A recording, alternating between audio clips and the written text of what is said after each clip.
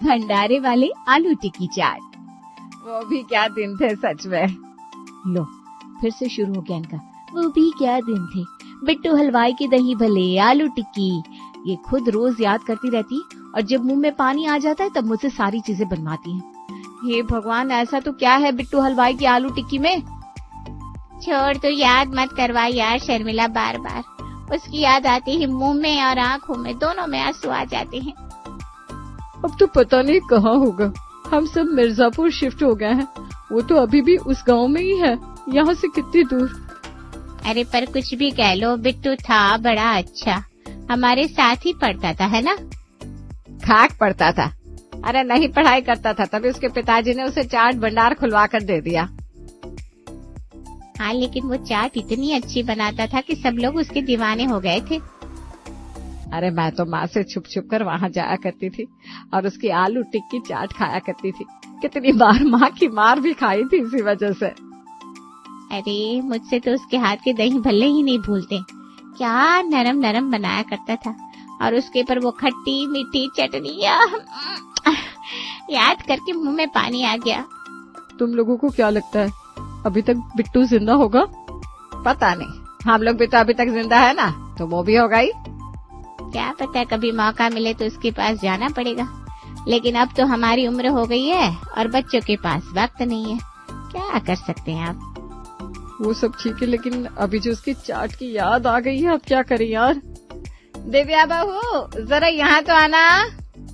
पड़ गया स्यापा, मुझे पता था ये तीनों पुरानी बातें निकालेंगी और फिर मुझसे ही कहेंगी, दिव्या जरा चाट पकौड़ी तो बना दे। दिव्या बहू। हाँ माँ जी आई। अरे बेटा देखना, हम पुरानी यादें ताजा कर रहे थे और हमें अचानक से चाट पकौड़ी की याद आ गई। तो जरा हम सबके लिए घर पे ही बना देना चाट पकौड़ी। चाट पकौड़ी इस वक्त? हाँ जरूर।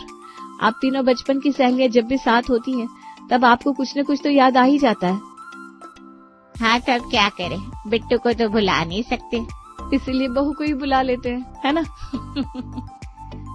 अरे बेटा चाट पकौड़ी जरा चटपटी बनाना, ज़बान ना बिल्कुल फीकी फीकी सी हो गई है। जी जी, आप थोड़ी देर बैठिए, मैं बना देती हूँ आपके लिए चटपटी चाट पकौड़ी।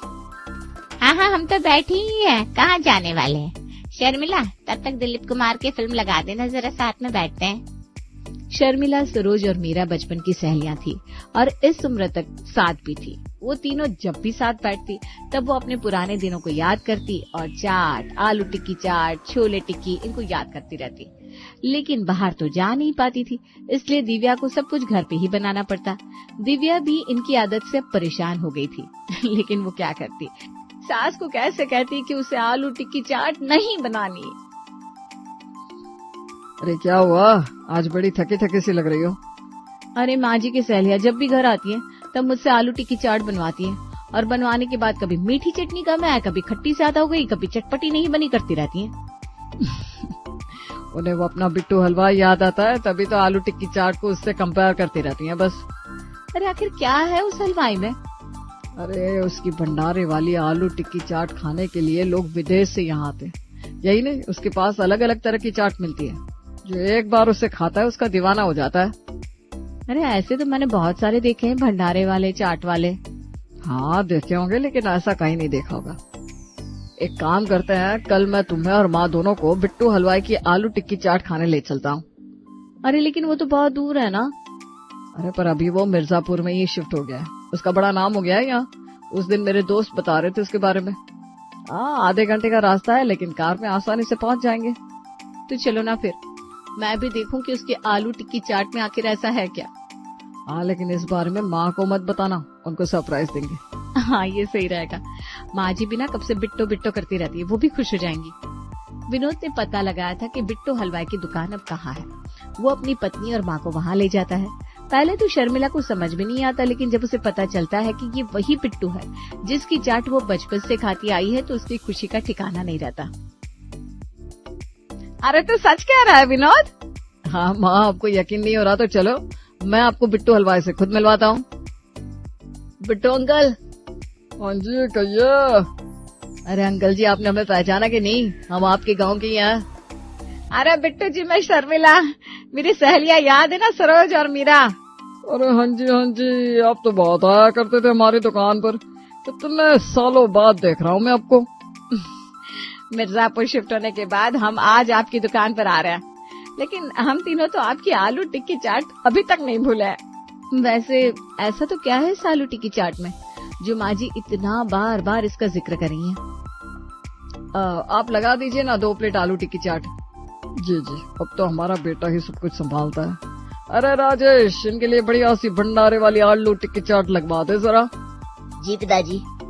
दिव्या को लग रहा था कि उसका पति और सास कुछ ज्यादा ही आलू टिक्की चाट की तारीफ में लगे हुए थे, लेकिन जब भंडारे वाली आलू टिक्की चाट उसके सामने आती है और वो उसे खाती है तो उसके मुंह से भी शानदार के अलावा कुछ निकलता ही नहीं। इससे अच्छी ये डिश मैंने आज तक नहीं खाई है। मैंने तुमसे कहा था ना, तुम एक बार खाओगी तो खाती रह जाओगी। मैं तो 1 प्लेट और खाऊंगी अब। तुम मुझे पहले बताता, मैं सरोज और मीरा को भी अपने साथ ले आती। अरे माँ जी, आप चिंता क्यों करती है? मेरे पास एक बढ़िया तरकीब है।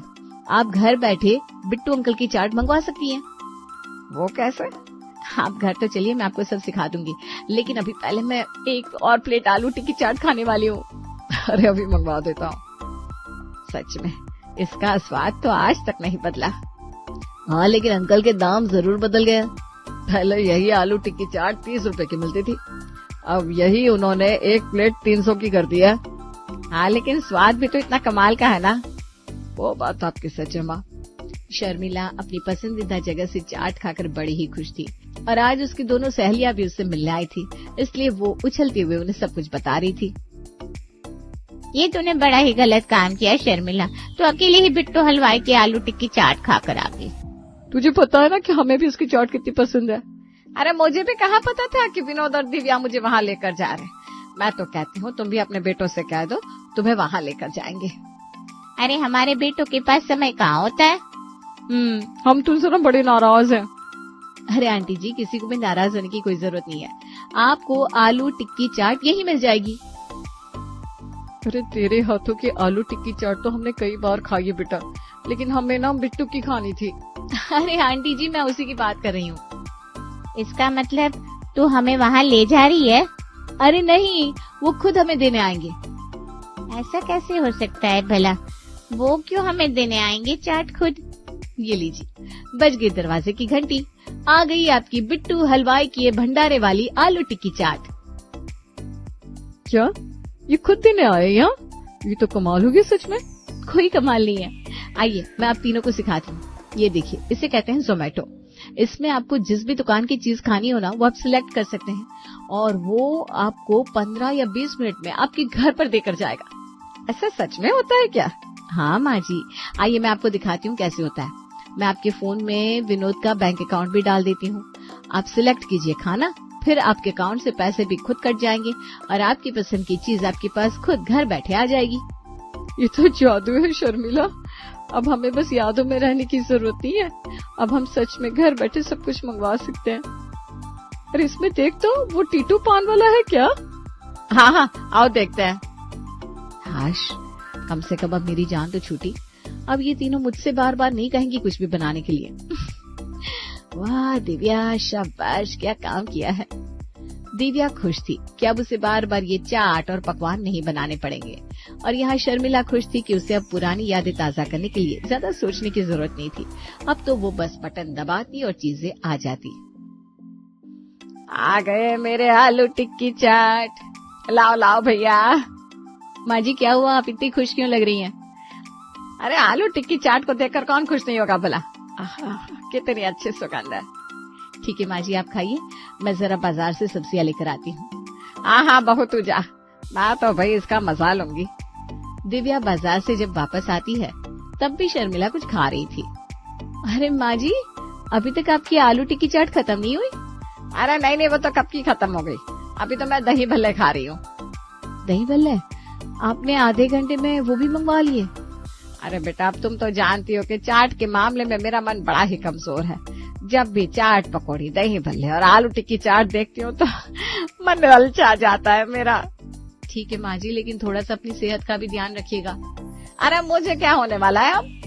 मुझे ना अभी यहाँ भेल खानी बाकी है। हे भगवान, कहीं मैंने गलती तो नहीं कर दी इन्हें ये जोमेटो सिखाकर। शर्मिला को जब से जोमेटो करना आ गया था तब से वो बेलगाम घोड़े की तरह हो गई थी। दिन में न जाने कितनी बार बिट्टू चाट भंडार से उनके लिए चाट आया करता था और इसका सारा बिल विनोद के अकाउंट से कटता रहता था। तुम्हें पता भी है 3 महीने का मेरा जोमेटो का बिल 30,000 रुपया आया है। अरे तुम्हें क्या जरूरत थी माँ को ये सब सिखाने की? अरे मुझे क्या पता था, मुझे लगा वो खुश हो जाएंगी और मुझे भी बार बार ये सब सिखाना नहीं पड़ेगा। अब इस चक्कर में माँ चटोरी बन गई है और मेरा बिल इतना ज्यादा आ रहा है।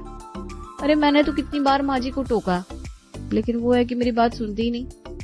अब माँ को कोई नहीं रोक सकता। अरे विनोद, तुमने तो मेरी माँ को भी बिगाड़ दिया है। अरे विशाल, तो यहाँ क्या हुआ सरोज आंटी को? अरे क्या होगा, माँ ने शर्मिला आंटी से सिखाया जोमेटो चलाना। अब वो रोज कुछ न कुछ मंगवाती रहती है। बिल तो ज्यादा आता ही है, लेकिन वो अनाप शनाप खाकर बीमार भी हो रही है। सॉरी, लेकिन हमारे घर का भी यही हाल है। तू कुछ कर यार और शर्मिला आंटी को रोक भाई। हाँ, मैं कुछ करता हूँ। विनोद और दिव्या के टोकने का तो शर्मिला पर कोई असर नहीं हो रहा था और अब तो ये नौबत आ गई थी कि जोमेटो वाले विनोद के घर के नीचे ही खड़े रहते थे। अरे आप यहाँ क्या कर रहे हैं? अरे यहाँ शर्मिला जी रोज 3-4 बार ऑर्डर करती है तो मैं यही खड़ा हूँ। भगवान, कैसे रोकूं मैं माँ को? अरे भाई साहब, आपको रोकना क्यों है? हमारा काम कितना आसान कर रही है वो। बिट्टू चाट भंडार वाले तो इनको इनाम भी देने वाले हैं। विनोद और दिव्या को तो कोई रास्ता नहीं दिख रहा था कि कैसे शर्मिला की आदत को रोका जाए। फिर एक दिन विनोद शर्मिला के सामने आता है और कहता है, माँ, मैं जोमेटो में आपके पेंशन का अकाउंट डाल रहा हूँ। क्या बेटा, क्या हो गया? वो क्या है ना माँ, टैक्स वालों ने मुझ पर रेड डालने का सोचा है। कह रहे थे मेरे पास बहुत सारे ट्रांजैक्शन हो रहे हैं, तो आजकल मैं जोमेटो में आपकी जो पेंशन आती है ना उसका अकाउंट डाल रहा हूँ। ठीक है बेटा, डाल दे। जब से विनोद ने शर्मिला के फोन में खुद का अकाउंट हटाकर शर्मिला का खुद का अकाउंट डाला था, तब से शर्मिला की भूख भी अचानक से कम सी हो गई थी। ये आलू टिक्की चाट पर बिट्टू ने और 20 रुपए बढ़ा दिए। नहीं, बहू ने इतना अच्छा खाना बनाया है, मैं आज वही खा लूंगी। कल कुछ बाहर से मंगवा लूंगी। क्या हुआ माँ जी, आज आप कुछ मंगवा नहीं रही? अरे नहीं बहू, आज तो तुमने मेरी पसंद की करेले की सब्जी बनाई है, इसलिए मैं कल कुछ खा लूंगी। ठीक है माँ जी, कल का परसों हुआ, परसों का तरसों, लेकिन शर्मिला ने अब ऑर्डर करना जोमेटो से बंद कर दिया था, क्योंकि अब उसे खुद के पैसे खर्चने में बड़ी कंजूसी सूझ रही थी। नहीं, रोज रोज दही भल्ले भी अच्छे नहीं है सरोज। लेकिन तुझे तो दही भले बड़े ही पसंद थे, अब क्या हो गया? अरे सेहत का भी तो ध्यान रखना होता है कि नहीं? इससे क्या हो गया? सरोज देख तो, कहीं से बुखार तो नहीं? हाँ, मुझे भी यही लग रहा है, कहीं आज सूरज किसी और दिशा से तो नहीं निकला। अरे बाहर का खाना इतना अच्छा नहीं होता, हमें कभी कभार ही खाना चाहिए। शर्मिला की बातें सुनकर दूर खड़े उसके बेटे और बहू हंस रहे थे, क्योंकि उनका ये नुस्खा बड़ा काम आ गया था। मैंने कहा था ना, ये पैतरा काम आ ही जाएगा। हाँ, जब अपने पैसों से चीजें खरीदने की बात आती है तो बिट्टू हलवाई की आलू टिक्की को भी इंसान पीछे छोड़ देता है। सही कहा। लेकिन मुझे तो बड़ी याद आ रही है भंडारे वाले आलू टिक्की चाट की। तो चलो खिला लाता हूँ तुम्हें, तुम्हारे पैसे से ना? और माँ जी? माँ ने तो साल भर के आलू टिक्की 3 महीने में ही खा लिए। अब तो बिट्टू अंकल खुद उन्हें इनाम देने आएंगे। तुम कहो तो माँ जी को स्विगी करना भी सिखा दूं। फिर तो हमारे घर में सच में इनकम टैक्स की रेड पड़ जाएगी, सोच लो।